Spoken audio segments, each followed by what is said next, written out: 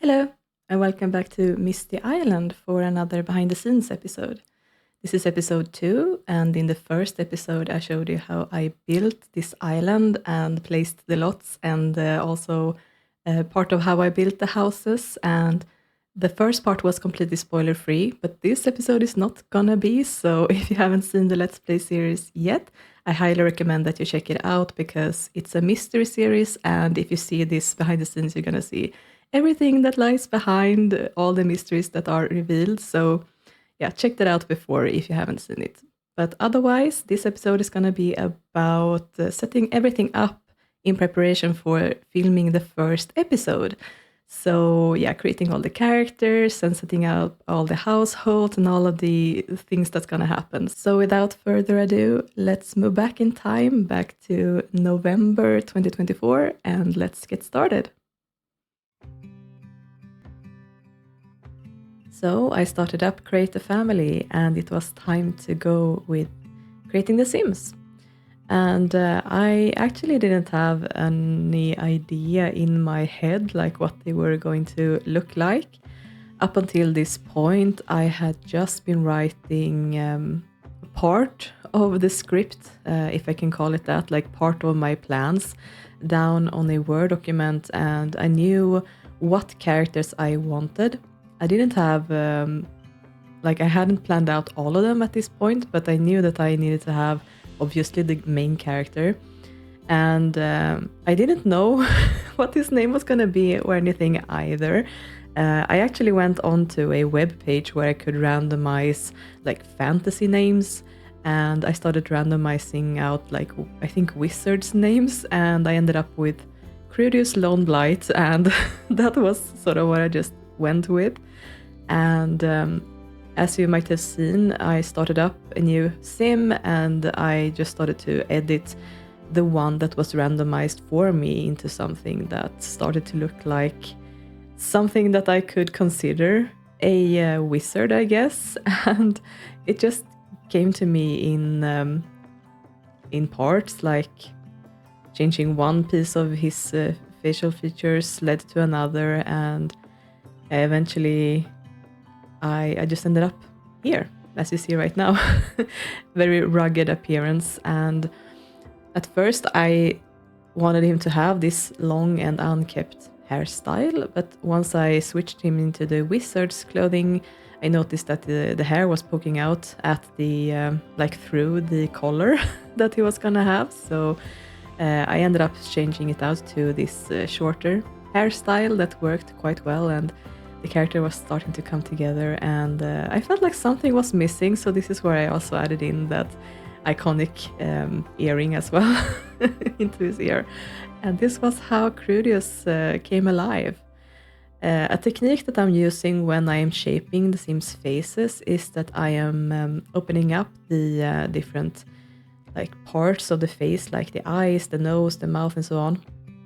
And then I'm going in with right-clicking on some of the templates to sort of blend them together with what I have currently. And that gives it a quite natural and soft look, but you can create really unique-looking Sims that way. And yeah, this is what he ended up being like, and it was a fairly quick process, actually. And then I went ahead and tried to create his master, and using the same technique again to shape a sim into existence. And what I knew from the start about this character was that he was not going to be as good looking as Krudius was, so I needed him to be a little bit more, not sure what to call it, but not a very stunning person, I guess. So I didn't remember that I did this, but apparently I started out creating him as an adult. But then I'm gonna change him into an elder, and that's what I did here. So he's gonna have wrinkles. He's gonna be quite aged at this point, and I tried out different beards and stuff, and I ended up going with this sort of I think this actually came with the base game, the Santa beard. Yeah, I knew that this was not a character that I was gonna play with a lot. I didn't even know if I was gonna show him at all at this point. I think basically what I wanted him for at this point was to be able to give Krudius the memory of having a fight with someone. And that was basically it. Obviously, that's not how things ended up. He actually featured in one of the episodes later, but yeah, that was not the plan from the start. So I didn't take that much time and effort into making him look particularly unique. He basically looks like, the typical neutral wizard from the base game, or from Apartment Life, I guess. And that was the Loneblight family finished. So I went ahead and continued with the second family. And at this point, I had come so far in the script writing that I knew about like the invisible woman, and I knew about the confused old man and the skeleton, and sort of the mystery with the cats and everything. So at this point, I knew that. And obviously, I also knew about like the Crestgloom family and the evil witch and those kinds of things. So that was actually the families that I ended up creating at this part of it all. And this is going to be Agrith. And once again, I started creating her as an adult.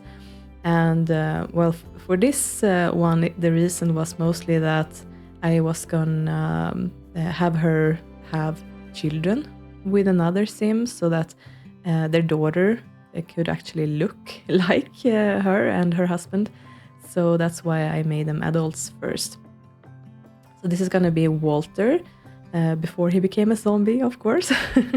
So I went ahead and tried to think about also what I wanted their daughter to look like.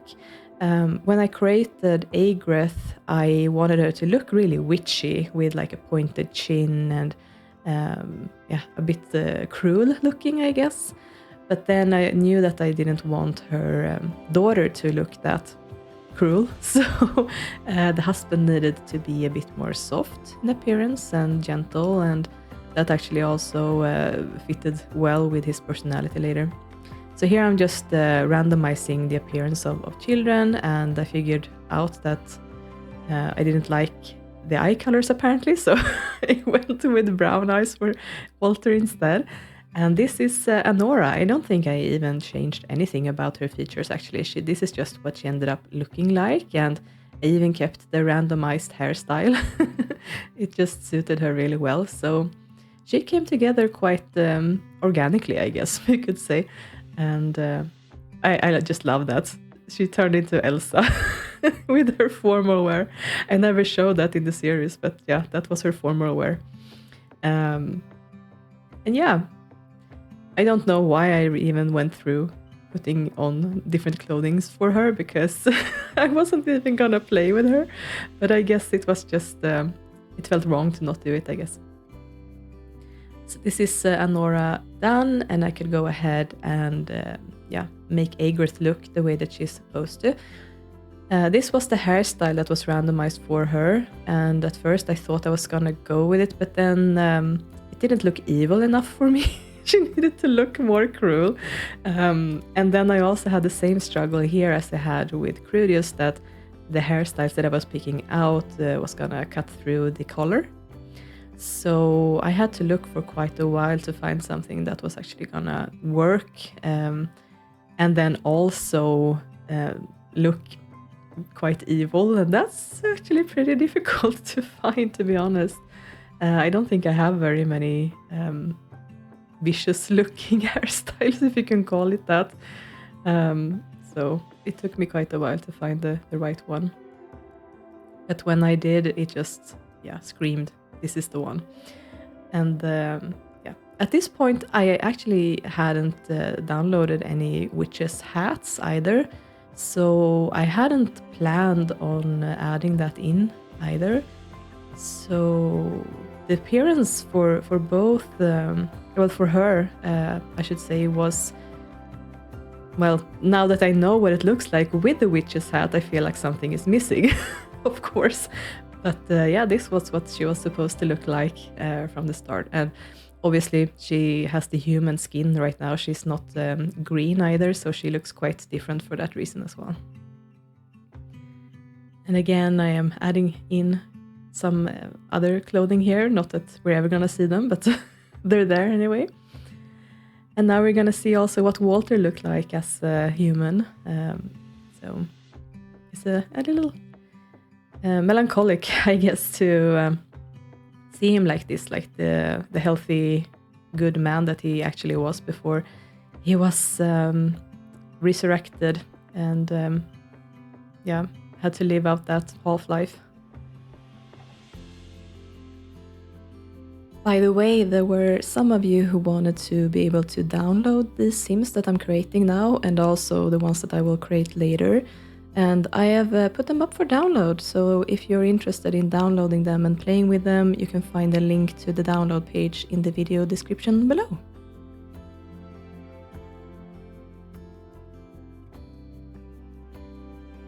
Right, and then I'm also creating Richard, Nora's husband. And I don't think I had a very clear vision of what I wanted him to look like, or even what his character was going to be at this point.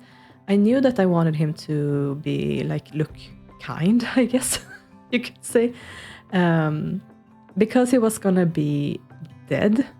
I wanted it to be like you felt sorry that he was dead, that kind of vibe. So I guess I made him look a little bit like a prince in some way. Well, I was going for a kind, gentle person.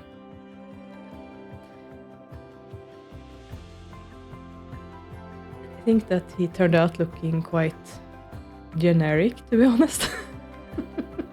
I think that if I was actually gonna play with him, I would have done something more with him, maybe. Not sure. Yeah.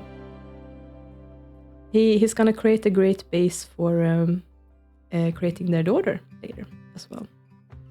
He has pretty general facial features. It's gonna blend well with Anora's more pointed ones.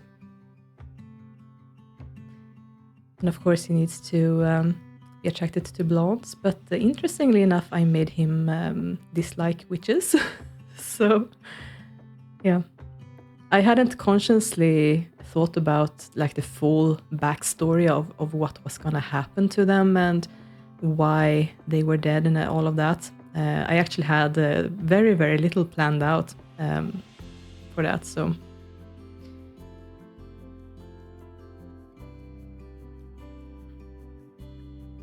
And here we are with the little girl, and she's a redhead, and that was actually something that I decided that I wanted to go with, because I wanted her to have that feature in common with her grandmother.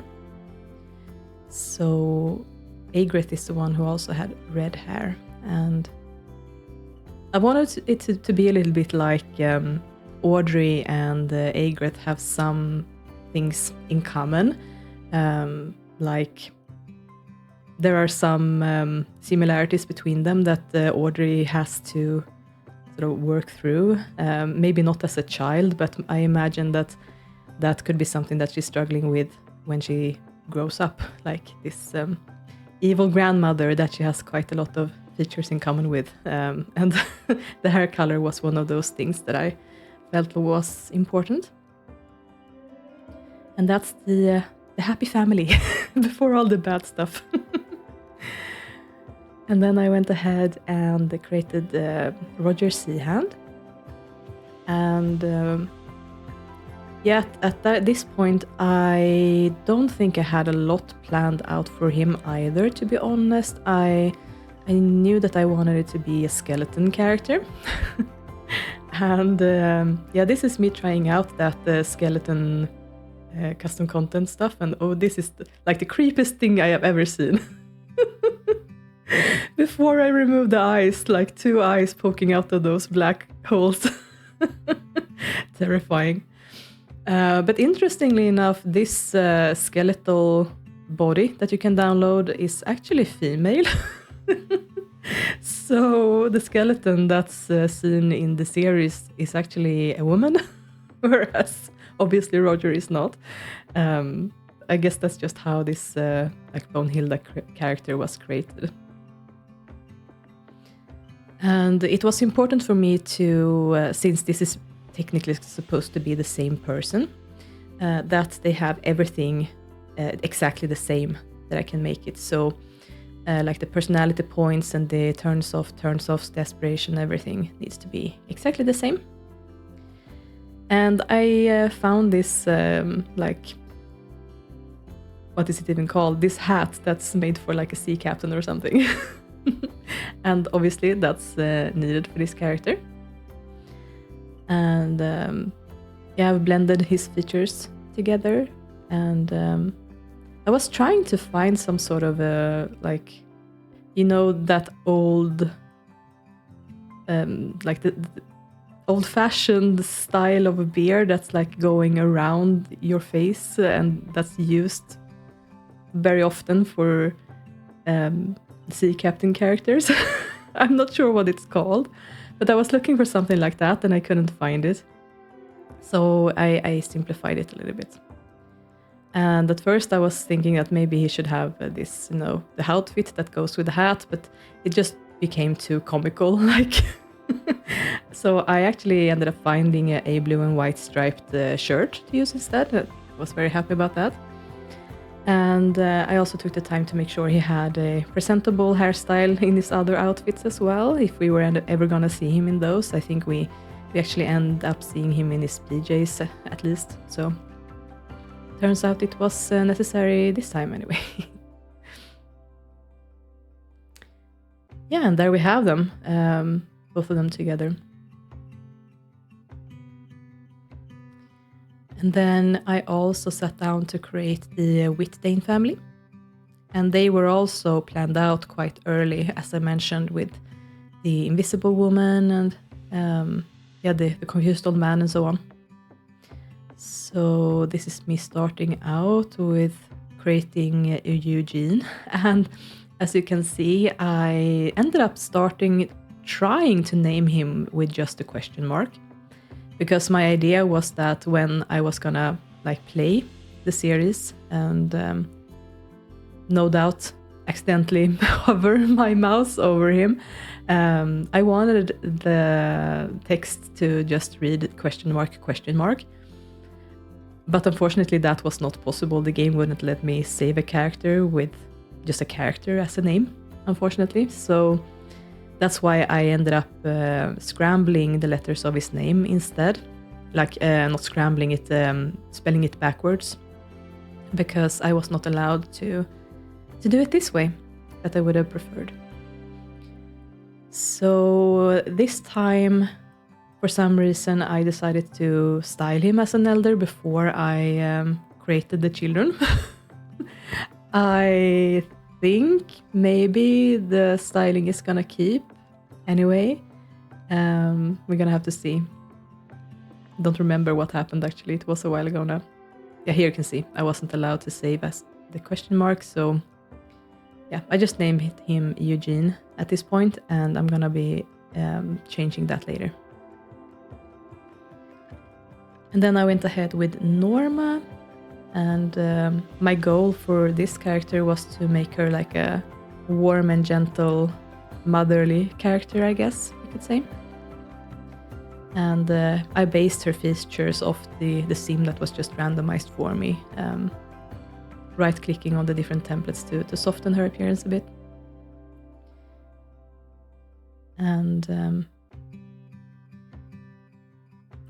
I don't think that I had very much planned out for her at this point either. I'm trying to think back to like the initial thoughts. The problem here was that I had an idea of where I wanted things to start, and also kind of where I wanted things to end. But the bits in between were a huge question mark for me at this point. So I think at this point, because I was working on the script writing, like on the side of preparing the neighborhood. I think that I had like the first 8 episodes or something like that written out at this point. But beyond that, nothing. So I wasn't sure. That was part of the fun as well, I feel like. Like everything wasn't completely planned out and I had to improvise a lot and see where the story took me. Yeah, this is the invisible sim that I'm creating right now, and funnily enough, all of the outfits are available except outerwear. So for some reason there's no outerwear. Yeah. And here I'm creating the children. So this is Fred. He was just quickly randomized, and I feel like he turned out quite handsome actually.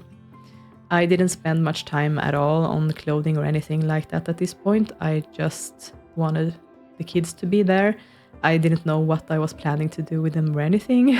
I just sort of quickly created them and then just went with whatever was randomized here.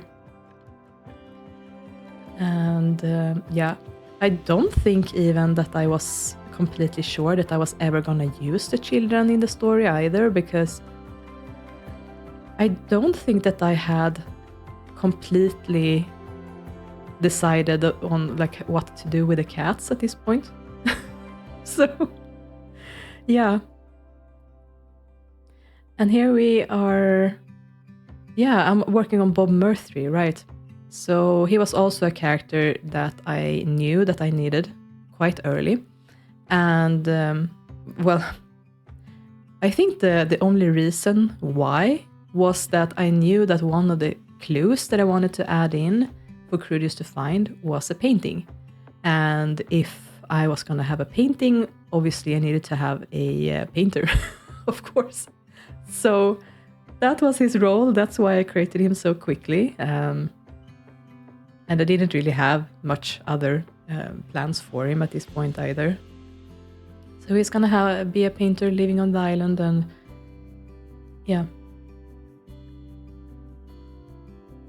I sort of randomized him as well from what I got from the start, just going where the sim was leading me, I feel like. But I could sense as soon as I had created him that he got a very, distinct personality. Not like the best personality, I guess you could say. And then it was time to move in the Sims and start working on them to prepare them for the gameplay. And something that I had to do with Krudius was make sure that he had all the necessary skills. So he needed to be a quite accomplished wizard. And he also needed to have some reagents in his pockets, but not too many, because he needed to have enough reagents to be able to do a handful of spells, but not so many that he would be able to do anything. That needed to be like part of his initial struggle, that he wasn't gonna be able to use his magic properly. And one of the reasons for that happening would be he just doesn't have the supplies. And here I'm just working on just setting everything up. So I brought out their cauldrons and spell books, and I used the freezer clock to freeze the time. And then I also used the need freak to freeze the needs, so that I don't have to struggle with that on the lot. And then I just set them sort of working on their skills. I used, I think it was that skill book to give them the magic skills. And of course they are neutral warlocks, both of them. And let's see, I think I might have used the... Oh, okay, no, maybe I didn't. But I think that there's also like... if you use the sim manipulator, you can change like how much magic skill someone has, or like max it out or something like that. So here I just set them to start working on their skill building and just trying to see how long it takes. And Wulfric learned his skills quite quickly. He's not maxed out in magic skill, but I thought that was pretty good. And here I'm trying out the teleportation spell to just see what that looks like. I don't remember ever like seriously playing with wizards before this. I think I've tried it out like when Apartment Life was first coming out. But this is really me also not just setting this up, but also like trying out like what do these spells actually look like? How do they work? And then I realized that it took way too long for Krudius to learn his magic skill, just doing it the natural way. So I cheated it up to level 8, so he could have all the things that he needed. And here I'm taking down some notes on what reagents he's gonna need for the basic spells that I want him to do in the first few episodes. I knew that I wanted him to be able to clean himself using the Cleanius Corpus spell. And also create food, I think was one of them. And I think there was one more that I was... Right, I was also trying to give him reagents so that he could like defend himself once from Agrith. Because I knew that I wanted him to have sort of like a face-off with her at some point. I might have even written out that episode at this point, to be honest. Like the one where he sort of stumbles upon her in the forest. He needed to be able to do something, and that meant he needed to have enough reagents to do that.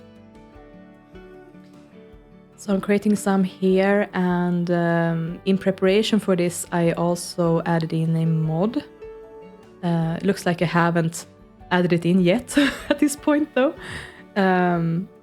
But basically they continue making 5 reagents and then they stop, rather than just making 1 at a time. So that's very helpful. And yeah, I think I'm just going through this again just to see what I'm gonna need.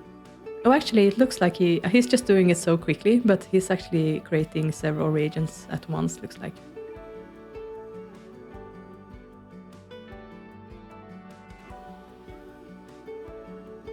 Right, and another thing that is with Krudius is that he's supposed to have a terrible reputation because his master ruined it for him. And here you can see this is when they had their fight, and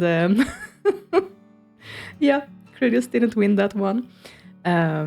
So I just had them like sort of threaten each other to become enemies as well.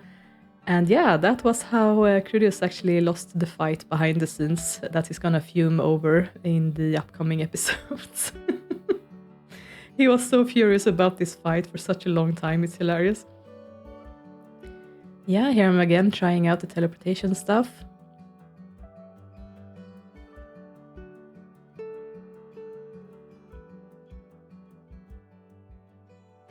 And another thing about Krudius is that when he's crash landing in that forest, he's supposed to be at rock bottom. He's supposed to have a bad aspiration level, and yeah, his mood is gonna be low and his reputation is gonna be in the pits, you know. So I added some body hair to Krudius, and I also changed Wulfric's last name here so that he's Wulfric Nickel Orb and not Loneblight. And I'm using that painting that lets you change first and last names.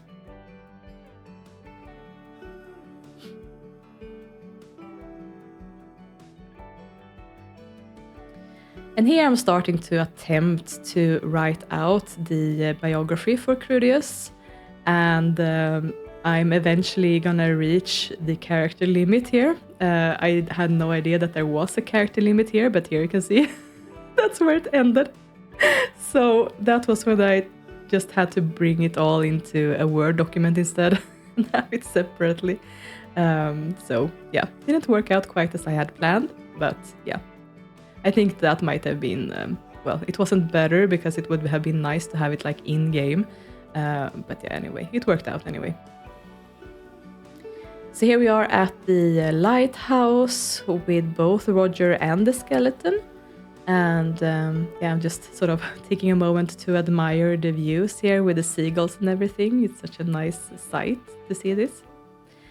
And here I am sort of comparing the two of them to make sure that they are identical. And what else? Right, yes, I'm giving them the skills, like the exact same skills. So they are both great at fishing. And I'm giving them the exact same skills as well, just to underline that they are the same person. They're both going to be fit as well. And then I'm bringing out this like fishing object that allows you to fish from different places than you can normally. So, for example, here you can see the skeleton is gonna fish from the edge of the island here, and that's made possible with this object. And the same thing goes for the docks as well. The only reason why Eugene can fish from the docks is also because I put down such an object there. And here I just wanted to have a fish on the wall because I just thought that it fitted with the aesthetic of this. Just bring some more personality in there. And here I'm also sending the skeleton upstairs just to double check that everything works as it should. Like nothing is blocking them from going up there, because I don't want to run into any such mistakes when I'm actually sitting down to record the Let's Play videos. I'd rather have that sort of out of the way. And I also took this moment to snap a picture of the skeleton, because I just felt like this was such a stunning picture, you could say. And that was apparently also her hobby, nature, so that was fun. So this was a nice print screen that I took. And I also have that picture available here. Rather nice. And it's fun to save things like that as a mementos after as well, I feel like. And with that done, I moved on to the next family. And of course, I had to give them money so that they would be able to afford moving into the house as well with the family funds cheat.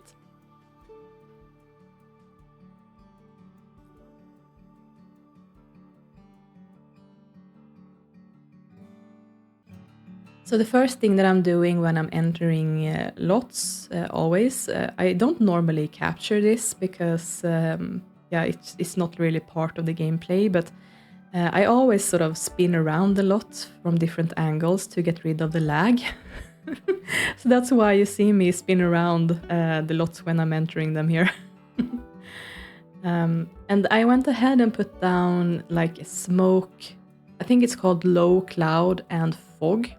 Those two effects, and I decided to always put down those effect tiles around the pool tile that I have on all lots, and just to remember where I put them to not like lose track of them because they're invisible. And of course I need to have pool tiles on all of my lots because of the water mod that I'm using, otherwise the water will just be a black void. I think I got a question like that on the previous video, and I never explained why I just put down pool tiles on all the lots, but that's why, to make sure that the ocean is actually looking like an ocean. So that's why. And here again, I am adding in the exact same skills to Norma and also the Invisible Woman, so that they are matching exactly. And then I made Eugene into an old man, and I really should have done this. Actually, I think I couldn't have done it in Create a Sim now that I think about it, because if he had been an elder but Norma hadn't been one, then they wouldn't have been able to be married, I don't think, in the family tree. So yeah, I think I had to do it this way. But it was easy to sort of find the clothing that I had handpicked for him earlier, or otherwise just pick something that suited. most of these clothes we're not going to see anyway, so it's fine. And I don't remember if I thought of this or not, but the clothing that I ended up picking for him, I have made and enabled both for elders and adults, so he's going to be able to have the exact same clothing once he returns to his young appearance, which is nice. So yeah, here I am adding in his name backwards, both the last name and the first name. And then I'm going to move him out into his own house, and the taxi is hilariously appearing here to pick him up. But yeah, so that was when he moved out, and here I'm trying to change the invisible woman to a question mark again, but again it didn't work, not with the cheat object either, so it's just not possible, unfortunately. And here I'm gonna go ahead and create cats, and I found this like the Norwegian forest cat to sort of base everything off, and then I'm doing the same technique here, or using the same technique as I'm using on The Sims, that I am right-clicking on the templates in order to blend them in with the cats that I'm working on, to sort of soften out the appearance, because I feel like the original cat template that you pick is pretty wide for some reason, and yeah, it just doesn't look very cat-like to me, so blending it like this makes it look more like I would imagine a cat, I guess. And here I am changing around the coloring a little bit. I decided to try to mimic a little bit what the children looked like. Not completely, but somewhat at least, when I created the cats. And that meant that little Mildred was going to be sort of the lightest color cat. And then Jane was sort of in the middle, and Fred was darkest. I think I might have even also gone with the same aspirations for the cats as the children, but I'm not sure if I managed it with all of them.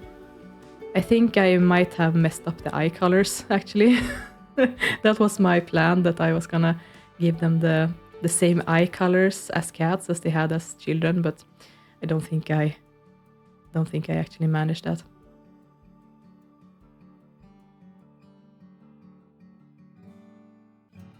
Yeah, this cat turned out looking a little bit strange, like a little bit too yellowish, I think. So I was struggling back and forth with her to sort of make her look more blonde rather than yellow, I guess you could say.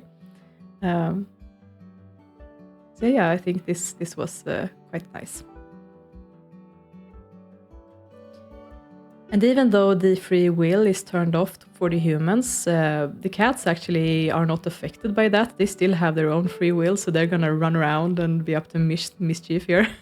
As you can see, at the front of the house here, there's some flower pots. Those are not gonna make it until the Let's Play series, let me tell you. Those cats, when I had my back turned, they just destroyed those. Yeah, and here I'm gonna move in Eugene into the docks lot as well. And we're greeted here by Mr. Humble as well. Just taking a look here at the lot. And yeah, this house was pretty much finished, ready for gameplay, except for, yeah, I had to ban everyone from coming here, so that, yeah, the only creatures that were allowed to wander onto the lot were the wolves and also the skunk, I think. But other than that, I didn't want anyone to arrive, so I used the visitor controller for that. And then, yeah, I would have to summon in all of the Sims that I was gonna use on this lot and make them selectable so that they couldn't be teleported off the lot. And I'm gonna have Eugene fish here for a bit, because I knew that Krudius needed to find a fish inside of the house so that he would be able to eat something.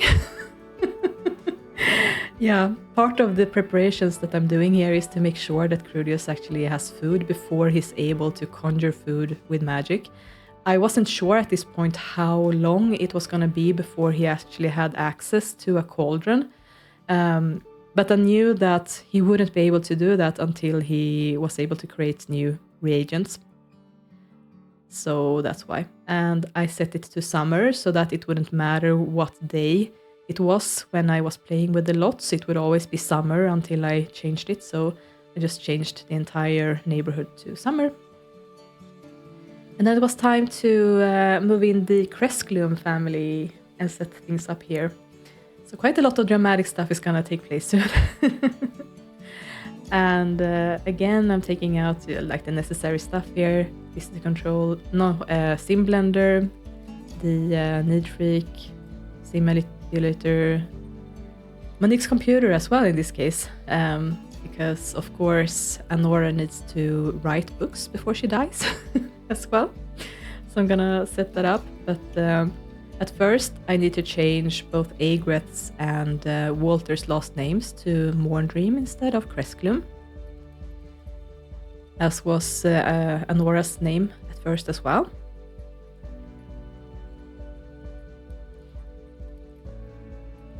And then I'm changing Agreth into a witch, an evil witch that is.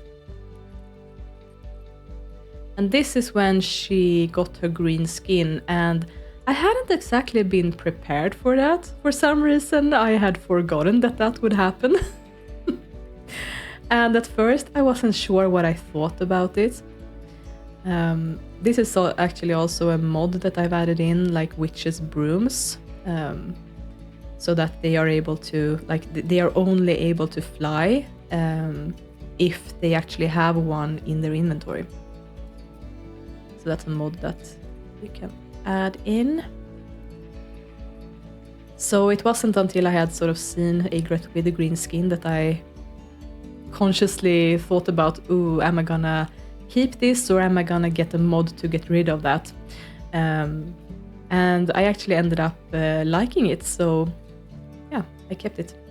And here you can see, for some reason, oddly enough, the stack of books that I had placed down here just disappeared. No idea why. It was just gone. So I had to put it down again. And here I put down Anora's cauldron and the spellbook into, in there. And then I removed her witchiness, actually. At this point, I thought that Anora had been a witch, but she had given that up for her husband. That was the initial idea that I had for them. Obviously, that's not what I went with later. So technically, she's supposed to be a witch here as well. But at this point, I hadn't that part of the script written out. So I just had some loose ideas, and that was what I was going with. So my idea at this point was that she still had her cauldron and spellbook and the broomstick as well, sort of stored away, but they weren't being used, basically. So here I'm having Anora write on her first novel, and I'm also having Agreth study magic so that she knows all of the dark spells that she's gonna need. And that's when I remembered about the family picture. So at this point, I had already changed Agreth into an evil witch. And I'm gonna have to revert that back to where she was earlier. Because I'm gonna have to paint that family painting, and she can't look like an evil witch in that. So yeah, I had to change her back into a human, and then also give her some alternative clothes, because she obviously can't wear that. If she's just gonna be like the grandmotherly figure that she was previously when the painting was painted. So yeah, I gave her some other clothing that looked vaguely like something she would wear. A lot more gentle. And I didn't want to mess up what I had done in front of the front door here, so I just copied the couch, and it's not gonna be exactly the same one, it's a copy of it. And then I'm bringing out some post boxes here that I'm using. One of them is including the loading screen poses. And something that I am using here is one of the couple poses that they have. Sort of the leaning with the arm around their back kind of pose. And I'm bringing out some OMSPs here, making them invisible so that I can actually move the Sims around with the snapping to grid off cheat. And yeah, I didn't know about this until this moment actually, but sometimes they are mirroring the poses. So I had to actually reset the pose for Aigret here so she leaned the correct way. And it might take a few tries before they do it correctly. So yeah, oh, actually I changed the pose completely. That's another way to solve it, I guess.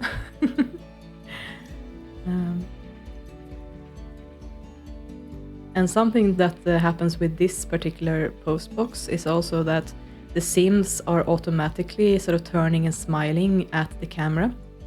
So it's a little bit creepy.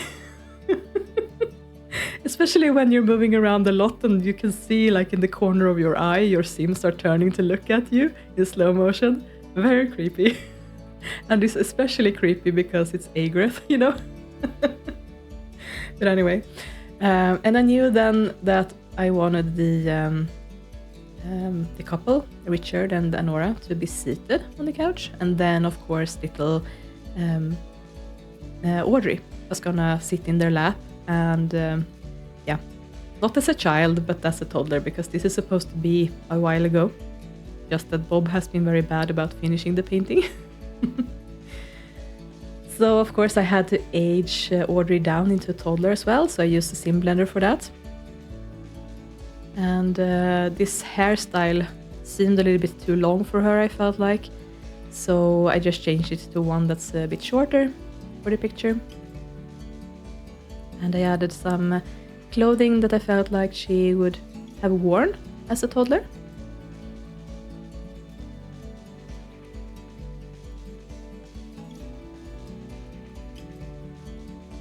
And then I needed to position Anora in a fitting pose as well. And I didn't really have a pose box, I don't think, that would allow me to just like have her immediately sit in a pose that would like hug a toddler. So I had to sort of put different stuff together to make it myself, you could say. So here you can see that I'm bringing out one of the post boxes that's used for like props.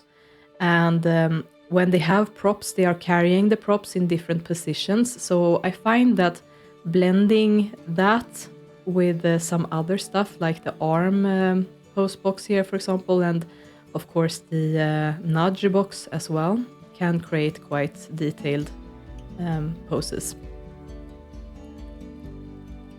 But here you can see that she's sort of holding the toddler a little bit too tightly, I think. I might be changing the pose a little bit later. And also she wasn't sitting straight here, so she's sort of moving around. So it's a little bit tricky sometimes. And his hand is sort of cutting through her shoulder as well. So I actually used the stretch skeleton cheat to make him slightly bigger than her. To raise his hand a little bit. But yeah, looks like it wasn't working properly because now he's sort of hovering over the seating. So yeah, I think this is what I actually ended up going with. Just a slight change. And actually the Anora's arm actually worked out now that I look at it, so I also needed to work with the other arm, sort of move it up a little bit, because it's just, otherwise it's just sinking through the seating. And similarly I had to move Richard's arm up a little bit, so it's just not lying on the side and through the bench like that. And finding the correct position and the correct joint to move is always a struggle, I feel like, with these boxes. They're very powerful, but you have to sort of find the exact correct angle for everything. So here you can see me struggling with this arm. And having them like lie a hand on their own knee is, I find, very difficult. So it took me a few tries here. And here you can see I'm almost there, but the hand is sort of sinking through his pants. So I'm actually also gonna have to nudge the arm, like the hand, I think. Or maybe I'm just freezing him like this. Yeah, I froze him. So he happened to accidentally move his hand a little bit, and that's when I took the moment to freeze him. Right, so I'm using the freezer clock for that, and I've also frozen Anora here in a good position. And now I'm waiting also for Audrey to sit in a good position, and I'm freezing her as well. And this is actually what I ended up going with, I think. So at this point I just need to have Bob walk up to the easel and start to paint. I didn't even have any patience to have him walk. I lifted him there. And this is when I am gonna find a good position for the painting. I think I zoomed out one slot as well. It was important to get like the background of the house, but not the real bench, because there can't be two benches after all. And this is as Bob started to paint. And this was actually the first part where I paused his painting, had him stop. And this was what I thought I was going to be able to use in the series later, like a half-finished painting like this. And I really loved the way that this turned out because, as you might see, Aigreth's face is only half-finished. And that was really nice when I thought about like Krudius finding this painting and like not seeing her facial features fully, but still recognizing her somewhat, if you know what I mean. Oh yeah, I couldn't get rid of that OMSP, so I just nuked it. So that was my hopes, but unfortunately that didn't work. And the reason for that is that the lot that Krudius is going to find the painting in is a community lot. And there's no way for me to add that painting into a community lot like that. I was playing around with the thought of maybe like making that community lot an owned community lot so that I could put down the painting using the owner. But then I would have another problem, and that is that the owner would always show up on the lot. And I didn't want anyone to be on the lot when Krudius was visiting it. So yeah, I had to figure out something else, and we're gonna get to that later. So at this point I have the painting finished, and I am reverting Audrey and Aigreth back to their proper ages. And I'm also having Aigreth work a bit more on like creating reagents at this point. So here I was looking up what spells she was gonna do and what she was gonna use them for, so how many to create for each. But basically I wanted her to stock up on everything. I wanted her pockets to be full of reagents, so she never would have to struggle with that. And Audrey's back in her proper clothing as well. And of course this little girl is gonna have this house all to herself.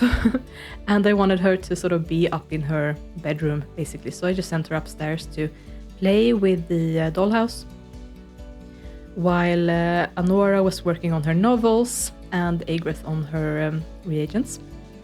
So this is when Anora finished her first diary, and I sat down to write out what the story was going to be about. So this was something that I sort of wrote on a whim, but it was pretty important as well to give enough detail to move the story along when Krudius found the book, but not give too much information either, if that makes sense.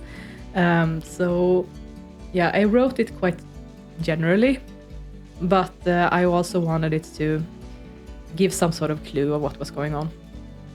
And here again we have a hilarious arrival of a truck here, and the book, of course.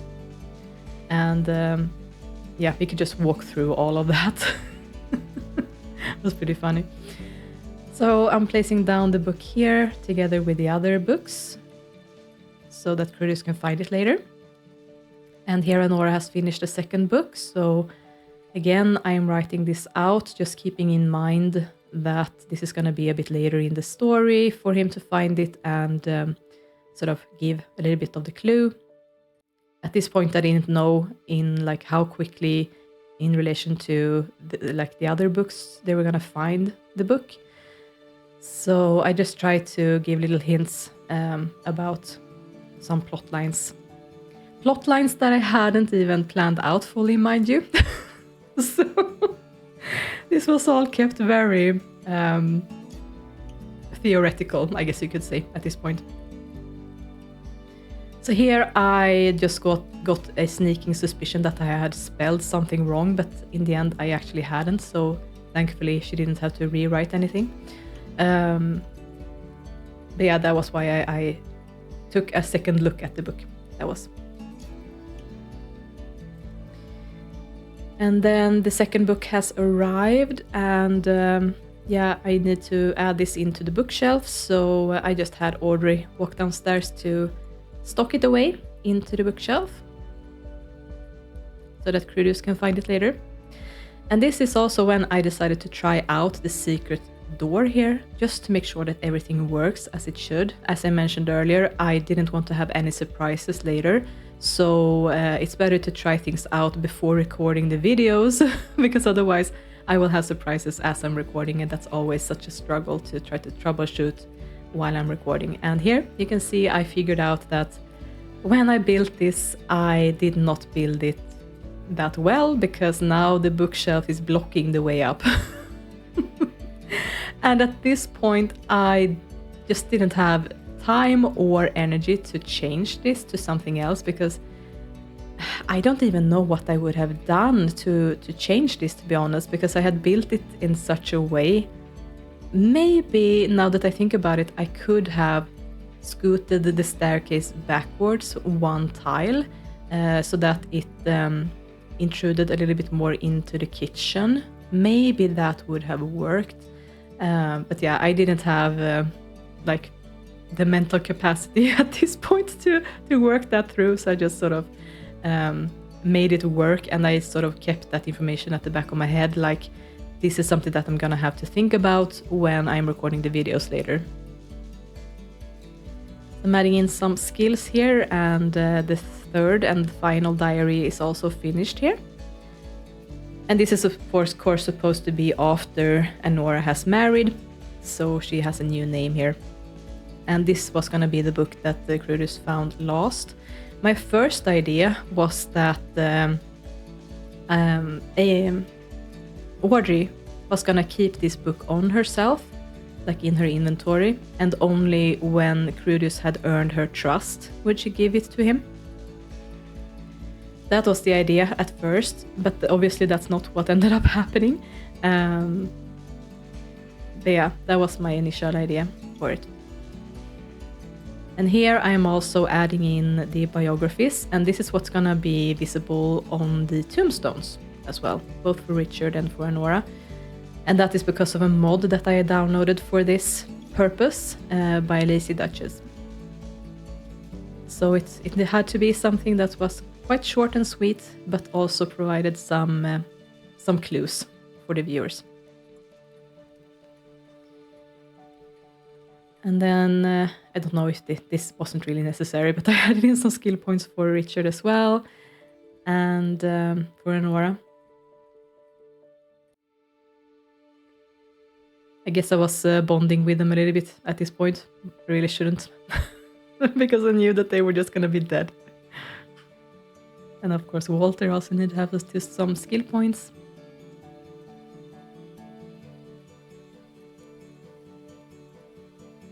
And then of course all of the novels were finished, so I could go ahead and delete the computer and everything. The final book arrives, and this is when I put it in orders inventory.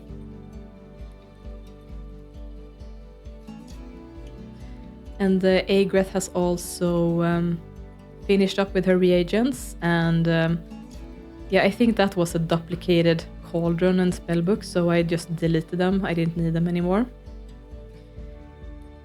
And at this point, I was looking into what to do about the painting. I had done some research on the side of what I was doing earlier and found out that there's a creator on Mod The Sims, Flame Grape, that has made it possible to like extract the painting from the house lot and yeah, paste it onto a custom content easel that you can find in buy mode. So that was going to be my solution for this, and that meant that at first I had to figure out what lot this painting was located at. So I just I think I sort of could go by sequence of when I placed down the lots. I think that's how I figured out which one it was. And I found the lot and exported it exported the file onto my desktop. And as you can see, it's pretty stretched out in its original form. So the next step in order to make this work was to open it up in an image editor. And the program that I'm using is GIMP. It's a free software. So I basically had to change the size of it, and it had to be the same width and length. So 256 pixels for both. And yeah, this is what it looks like once it's done. So then I'm just saving it onto my desktop again to be able to use it. I'm just exporting it into a PNG file. And the next step was to just start up SimPE and start a recoloring project. So in order to do that, you need to have the object workshop, and then I need to find the file by the creator, because that's going to be the object that I'm recoloring. And I'm clicking start to start the project, and it's going to load in a bunch of stuff. And then I needed to find the object again. But this is when I'm naming the project, so I just gave it a different name. And this is going to be the package file that's going to be in my downloads folder later. And here it's just telling me that I'm just going to recolor the canvas. I don't need to worry about the frame. So I'm unchecking that to make sure I just have the canvas.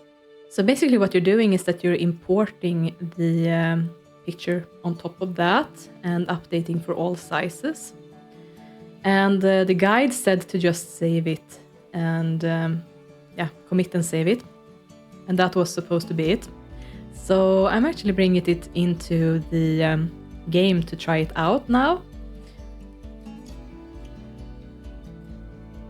And this is of course the lot that I'm gonna use the painting in. So I'm gonna start by just finding it in my downloads folder here. In my in the catalog. And this is where I'm gonna place it like on top of this easel. So looking at it like this, I felt like something was off, so I brought it out into the daylight, and taking a look at it, I noticed that it was really, really blurry. Like, what's going on? This doesn't look at all like what I had been expecting. So at this point I was like, no, I can't use that. I have to do something different. And at this point, my sneaking suspicion was that the texture image was too small. It just wasn't enough pixels for it to look good. on the canvas. So I tried to make it in a different dimension that was recommended in the tutorial. So my my thoughts here was that, yeah, it's not going to be as blurry, but here you can see it actually took up quite a lot more space here. So here I'm just going in and changing it back to the small one just to sort of test my theory, like what does it look like. And zooming in, I can see that yes, indeed, it does become quite blurry in this size. So using the bigger image was like what I was expecting would work. And I was also gonna build a DDS here, just to, yeah, my experience is that if you do that, things are not resulting in as blurry results. But as you can see, this did not work as I had been expecting. Yeah, that was a fail. And I'm pretty sure it was because of the huge texture size that was not supposed to be in that size. So I'm gonna have to go in and change that later. And at this point I'm sort of like, oh my god, should I make the lot an own business anyway just to get this to work? But I sort of put that on the back burner, decided to give this original painting to him just in case I was gonna go with that solution. But for now I was just gonna like put it out of my mind and continue with the other stuff until I was sort of done. So at this point I brought out the death crater, and yeah, this was the time when they were all gonna die from lightning. There we go, all of them at once. And the poor skunk is terrified, running around a lot. So this was when they very unceremoniously died here on this lot. And of course little Audrey is coming out to mourn her parents as well, getting those memories. And of course with them dying like this, they also are gonna have those sooty faces in the portraits from this point on as well. And here I randomly decided that this clock is gonna go on this bedside table. I don't know why I thought that this was the great time to do it, but I guess the thought just popped into my head.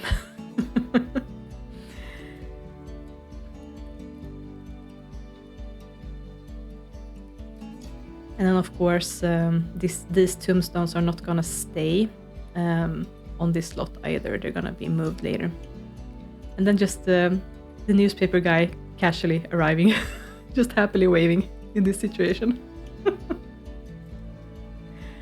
Right, so here I'm also just checking out what the text looks like on the tombstones.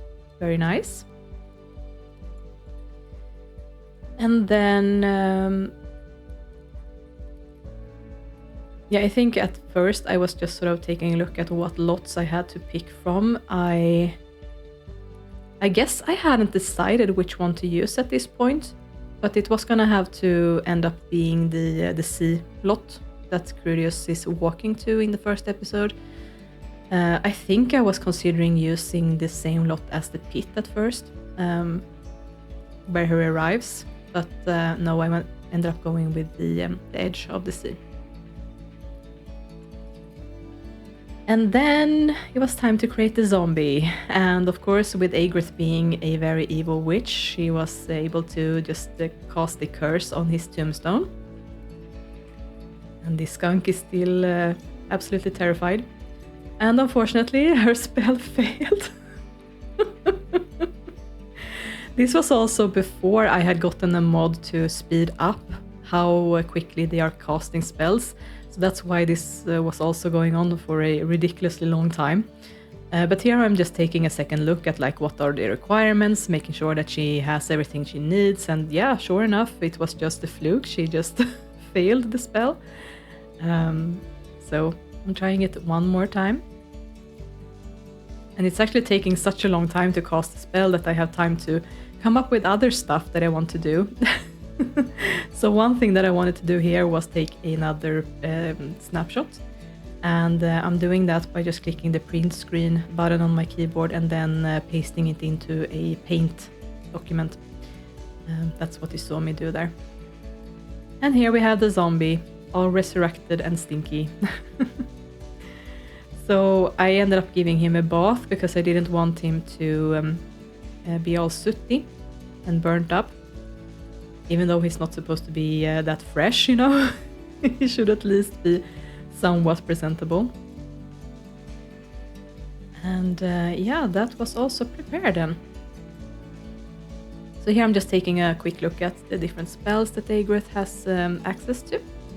And here I am just taking a look at what Walter looks like, the poor old man. I think this might actually be the first zombie I ever create, so I hadn't ever tried out like seeing what they look like when they move and such things, so yeah, I was just interested to see. And then of course the family tree was also looking as it should, with the storyline coming on. And yeah, I'm removing also the need freak here. I'm sending Audrey back up to her room. And since I'd seen like the delivery people and the newspaper boy just casually walking through this furniture, I wanted to block them somehow, so I ended up putting in some invisible OMSP tables there in order to actually prevent them from walking upstairs. And this is when I'm putting in the visual effects here as well, so it's the low cloud and the fog that I'm adding in here to give it this spooky appearance as well. And once that was done, I was ready to move back to the neighborhood.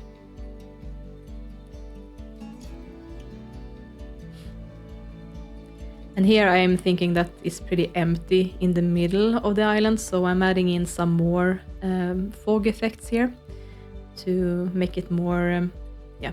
I felt like even though it's not supposed to be like a lot of fog in the middle, that it should be something at least. Otherwise it doesn't really make sense that there's fog on the lots either.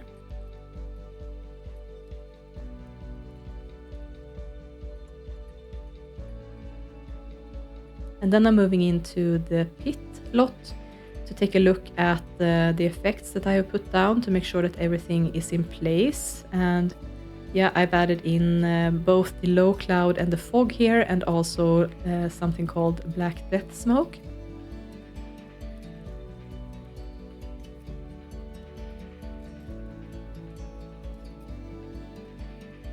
And then I'm moving into the ocean edge lot as well to figure out where to place the tombstones. I'm also taking a look at what effects I put down here, and in addition to the fog and the low cloud, I also have the seagulls here. And then I am trying to find the tombstones, and I am searching for a very long time to try to find them. They're supposed to be here after all, but I just couldn't find them. So at this point, I thought that I had made a mistake somewhere. So I ended up going back to the Crestgloom family to check it out, see where I had, like, maybe the tombstones had glitched out and they were still at this lot or something. So I'm just taking a look here around the lot. But there's no tombstones here either. And I'm also sort of moving the trees around just in case they have spawned like inside one of the tree trunks. But no, there are no tombstones here either. Confusingly enough. So I move back to the neighborhood view.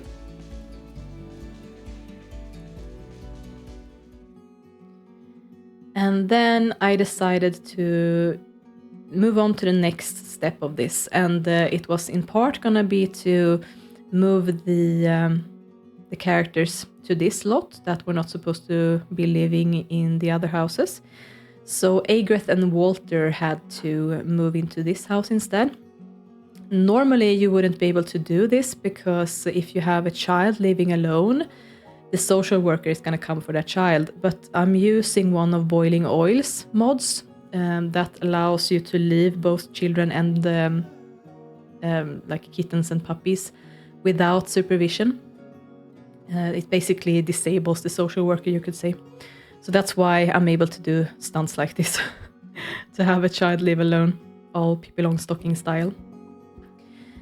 And I also took this time to double check who Krudius had in his relationship panel, because of course he was not supposed to know anyone. And he had at this point gotten to know Bob for some reason. So I removed him with the sim blender as well. And then it was time to have Agreth fly to the community lot and take a look at what they're actually looking like when you visit the lot, because as I mentioned, I didn't want to have any surprises when I actually ended up going with Krudius. And one of the things that I would have to do was set up the visitor controller to ban everyone from the lot so that no random people would show up while I was telling my stories. So here is when I have banned all of the townies. And here, to my great surprise, I found that the tombstones had ended up on this lot after all. And what I think happened is that this lot was not a community lot from the start. It actually started out as a residential lot. And I think that this confused the game somewhat, that when you are in build and buy mode from the neighborhood view, it somehow still thinks that it's a residential lot or something, and then the tombs are not showing up. But then when I went there with the Sims visiting the lot, they showed up, I guess, because the game thinks that it is a community lot then. That's my theory anyway. So yeah, if you're gonna make a graveyard, I suggest don't start it on a residential lot that you changed into a community lot later, because it turns out that that might confuse the game. And here I am taking a look at this mighty death smoke that I had great expectations of, and I could see that it was really, really puny. So I went through the different effects that I had available and tried to find something more suitable, like more dramatic, but there was nothing that I could use really, so I decided to just remove all effects. And here you can see also that I noticed that like the fog is coming from one side of the lot, but there's basically nothing in the other side. And that's technically supposed to have more fog since it's closer to the water. So I put that at the back of my mind, like, okay, I need to remove those stupid looking death smoke effects, and I need to add more fog onto the lot in the different corner. And here once more I am starting with banning people with the visitor controller to make sure that there's no strange visitors. But again, I am allowing the skunk and the wolves to still come to the lot, because I felt like wildlife is supposed to be able to be here. And this is actually before I had decided to move the statue into the house. At first I thought that he was gonna stand outside in the corner of the garden, but I end up changing my mind later.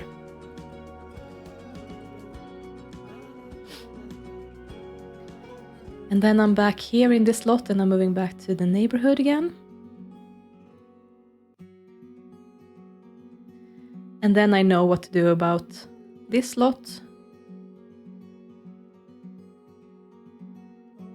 I'm finding, of course, that the tombstones are not here, and this is when I realized that what had happened, and that it was probably to do with it being a residential lot at first.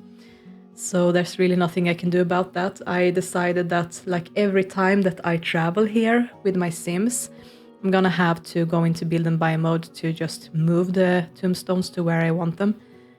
So that's what I'm gonna have to do every time that Krudius is gonna visit this lot, basically. Thankfully, he didn't come back to that lot very often. I think he was just there like twice or something. Yeah, and then I'm removing the death smoke here.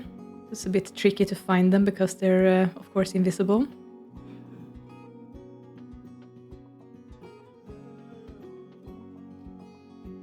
And then I'm also gonna try to find the landmark that I can put in the smoke effects around and still remember where I put them. So I end up going with this tree that I figured that I can remember where is, if I place it around the tree trunk there. And then, of course, I had also noticed when I was visiting this lot with Agrith that I had forgotten to put in the smoke effects at all in this lot. So I end up placing them down here around the pool tile again, that I am often hiding beneath these huge rocks. So I know where they are. And then, of course, I needed to have it also in this corner of the lot, so I went with this bush being the landmark for that one, to remember where I put it.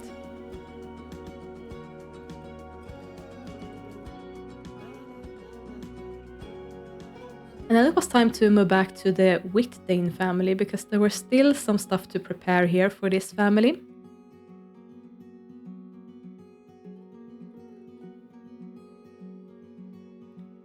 So one thing that I hadn't done here was to ban all the Sims from arriving. Oh, well, I thought I had forgotten it anyway, but it turns out that I had actually remembered it.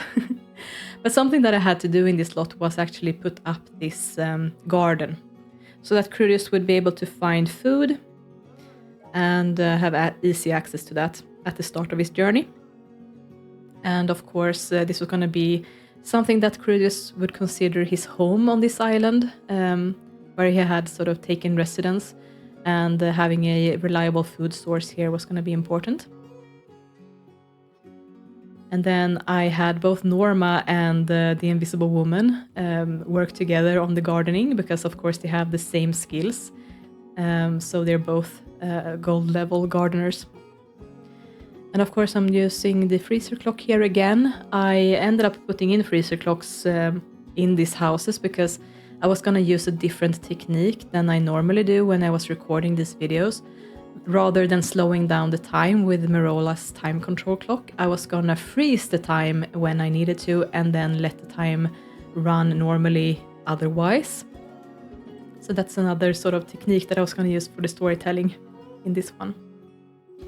And I was trying to remove the low cloud to see if that looked better, because I just felt like the fog was too intense in this lot, but it turned out that the fog was actually the issue. When I kept the low cloud, it had this smoke effect on the lot, but you could still see what was going on and it wasn't too intense. And I felt like this was pretty much perfect for the lots that was like in the middle of the island and not along the edges of the island. So this is what I'm gonna go with for the other houses as well. That's more like in the middle, that I'm gonna be removing the fog effect and just keep the low cloud instead. I felt like that tree was in the way there. Of course, that is also where I'm gonna be putting down the rabbit pen later. But at this point, I actually hadn't come to the conclusion that I needed to have a rabbit pen. That was not planned out yet. I actually hadn't even considered adding in Iveria at all. She wasn't planned. And as you have seen, I have not put down the Warthorn family at all either, so they were not planned out from the start either. I knew that I needed to have some more characters, obviously, because there are more houses than I have Sims. So there are 2 houses there that I have built, and I did consider Sims when I was building these houses. Obviously, the Warthorn house was going to host a family, so I knew that that was pretty much set in stone. But actually, the house for Iveria, I was sort of kind of thinking that that might be belonging to like an elderly woman who was working with childcare, like looking after the toddlers while their parents were working or something like that. That was not at all supposed to be a house for a witch. So I don't think that I really considered a witch as I was building it, so it turned out to be a pretty not witchy house at all, I feel like, but it suited Iveria in the end anyway, so it worked out, but I didn't have it in mind as I was building it. And I've gone back here to Audrey to just change out the fog as well to make it less intense. And then we're moving back to the Loneblight family. So, of course, there's a bunch of people at the Witdane house that's not supposed to be there at all. is just supposed to be the invisible woman. So I'm teleporting everyone over and also moving them in so that they are not going to be part of that household anymore. But of course, I was also careful about not moving in the invisible woman, because then I would lose that family altogether. But here I'm summoning her in anyway, because I needed to mess around with the relationships. So she was I was trying to stay conscious about me accidentally opening up different views and giving stuff away as I was filming the Let's Play videos. So I wanted there to be as few spoiler relationships in the relationship panels as possible. So I removed all of the children and the other Norma and everything from her relationship panel. So she just knew the cats and Eugene, like the old man.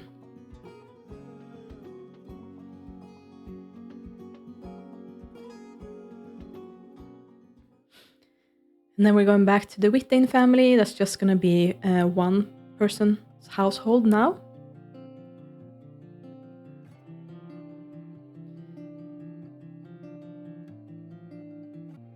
Then I'm starting to freeze the time, and I'm just trying out these armchairs to make sure that she can sit down in them, because that was sort of what I was imagining, that like when I was not playing the Invisible Woman, I was just gonna have her sit in one of these armchairs. But it turns out that they are not workable on a diagonal, so I ended up putting down some of Agnieszka's rotatable object rotators.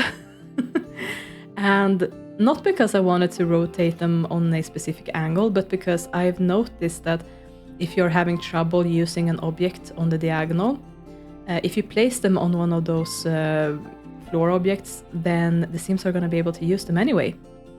So it's like magic. So that's what I did, and she could sit down in the armchair. And then, of course, it was time to just fast forward in the garden to make sure that everything was grown and ideally as ripe as possible, because I wanted Krudius to be able to harvest something and eat it basically as soon as he arrived on this lot. So I had the duplicate Norma move around here and tend to the garden, and of course, having a golden badge, she could also talk to the plants to make sure that they were all thriving. And yeah, this is really, I mean, it's a little bit satisfying to watch this, I feel like. Just a fast forward flash of growing plants. Just seeing them. And at this point, they were starting to get some bugs. I think it's like in this stage that that's starting to happen. It's also interesting to see like what it looks like when the Invisible Woman is moving around, working in the garden. You can still see her shadow, of course, and I feel like that sort of added something to it. It looks less magical, I guess, when you can see the shadow. It's like you notice that it's a person and not just the object doing it on its own. But it's also a little bit charming, I feel like. And a little bit more sad that you can actually see that there's a person there. You can also see her thought bubbles and such, so...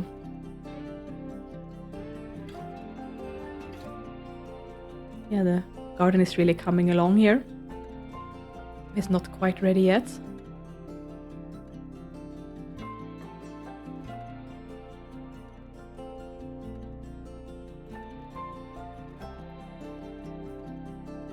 Yeah, and here I lost patience with all of the bugs, so I ended up putting down a ladybug house, and the first positioning wasn't really that helpful, but when I placed it down here, like in the middle of the garden, it actually helped quite a lot to get rid of the bugs. Not completely. There were still bugs every now and then, but not nearly as many. And here you can see that we have some ripe vegetables ready, but not enough of them, I felt like, so I kept fast forwarding here to get more of them. We have some pole beans and some cucumbers.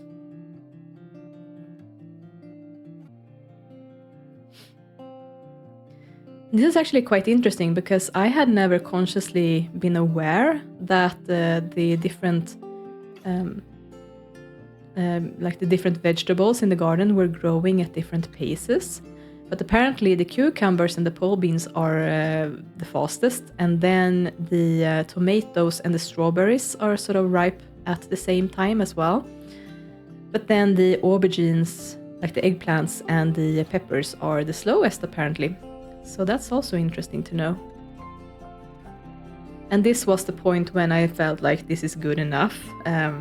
Krudius has quite a lot of stuff to pick from. Not everything is ripe, but that's fine. It doesn't have to be. So I ended up moving Norma into the shadows so that her shadow wouldn't be visible. So she's completely invisible here now. And that was sort of the starting point where I wanted Krudius to sort of be when he ended up here on this lot. And then she would also be readily available if something needed to be fixed, like an emergency in the garden as well. She would be able to quickly do that.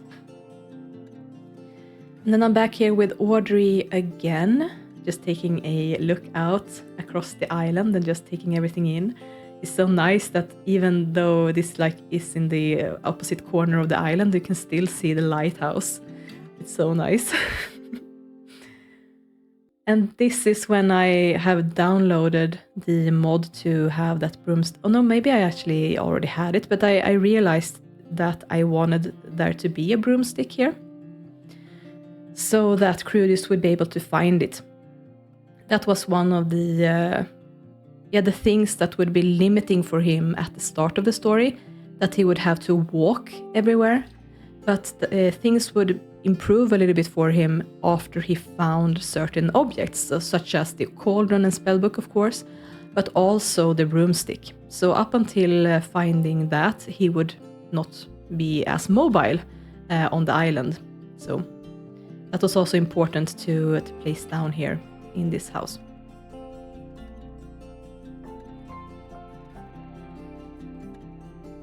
Then I'm back here in the neighborhood and just taking a look, admiring my hard work. And I'm moving back again to the Witdane house. And this is, well, actually when I moved Krudius into this lot. So when I started to film the first episode in the series, he was actually living here. But I started out having him visit the community lots. So when he traveled to this lot and sort of stumbled upon this house, he actually returned home, technically, you could say. So that's how I solved that. And here again, I'm just admiring all the work, taking a look at how things look. And I actually sat here for quite a while just looking at it and, yeah, being happy about it.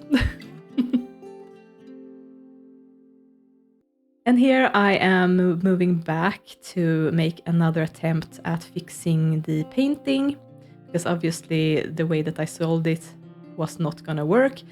So I actually reverted back to the first solution with the 256 pixel size for it. But I was gonna try to use that other technique to build DXT here. And I was using the DXT5 format to get it to not be so blurry, hopefully. That was my hopes at this point, but that's where I end things here. And that is actually everything that I did before I was ready to film the first episode. So as you noticed, there's quite a lot of things that I haven't set up yet. And that was because of the time constraints. I really didn't have any more time to work on this before I had to sit down and start filming. So what I had to do was actually get started and then work as I was recording and completing the episodes, so to say. So yeah, but let's leave that for the next behind the scenes part, and you can see all of that happen as well. I hope you enjoyed this episode, and remember, if you do want to download The Sims and play with them, they are available in the description below. Take care, and I will see you next time. Bye!